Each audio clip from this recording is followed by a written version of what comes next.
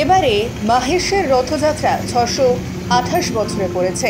পুরীর পরে ভারতের দ্বিতীয় বৃহত্তম রথযাত্রা অনুষ্ঠিত হয় এই মাহেশে।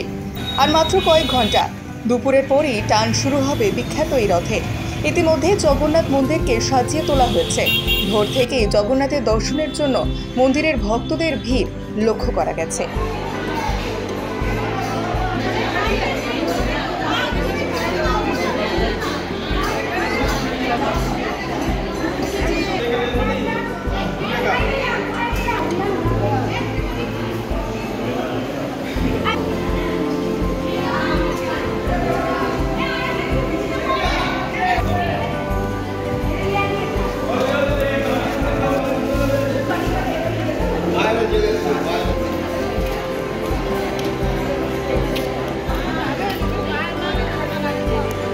মহেশ মহেশ যথা প্রভু জগন্নাথ বিভু পরমেশ, এমন দয়াল ঠাকুর কোথায় আছে সকল ব্যথার শেষ।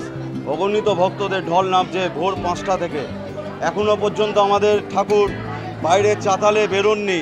সকাল 8টার সময় প্রভু ভোগ খেয়ে উনি বাইরের চাতালে বেরোবেন। ভোর 5টার সময় আমাদের মঙ্গল আরতি হয়েছে। অগণিত ভক্তদের ঢল নামবে। আজকে আমাদের রেকর্ড সংখ্যক ভিড় হবে। প্রতি বছরের যত ভক্ত সংখ্যা হয়, আমরা এবছর আশা করছি আরও ভক্ত সংখ্যা বাড়বে। তার জন্য পুলিশ প্রশাসন যথেষ্ট সজাগ আছে। আমার সকল ভলেন্টিয়ার বন্ধুরা, সকলে আমাদের সদস্যরা, আমার সকলে মিলে ভক্তগণদের সুবিধার্থে সকলে মিলে সজাগ আছে।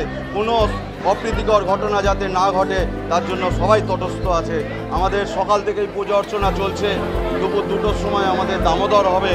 প্রথম উঠবে নারায়ণশিলা, কারণ উনিই তো নারায়ণ, সত্য যুগে নারায়ণ, ত্রেতায় রামচন্দ্র, দাপরে কৃষ্ণ, আর কলিতে উনি যেহেতু জগন্নাথ, উনি যুগে যুগে অবতীর্ণ হয়ে আছেন। প্রথমে উঠবে আমাদের নারায়ণশিলা, তারপরে উঠবে মা সুভদ্রা, তারপরে উঠবে বলভদ্রদেব এবং তারপরে উঠবে জগতের নাথ পরম পিতা জগন্নাথ হবে। তারপরে পূজা অর্চনা হবে। তারপরে আমাদের রথের রশি টান শুরু হবে ঠিক বিকাল 4 ঘটিকায়।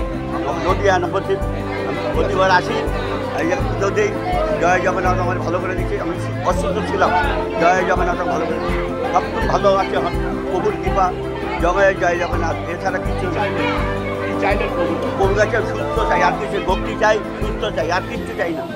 শুধু জয় জগন্নাথ, পাঁচ চরণের তলায় থাকবো, এই চাই, আর কিচ্ছু চাই না। জয় জগন্নাথ। আমার মন্টু কংসমণি, জয় জগন্নাথ।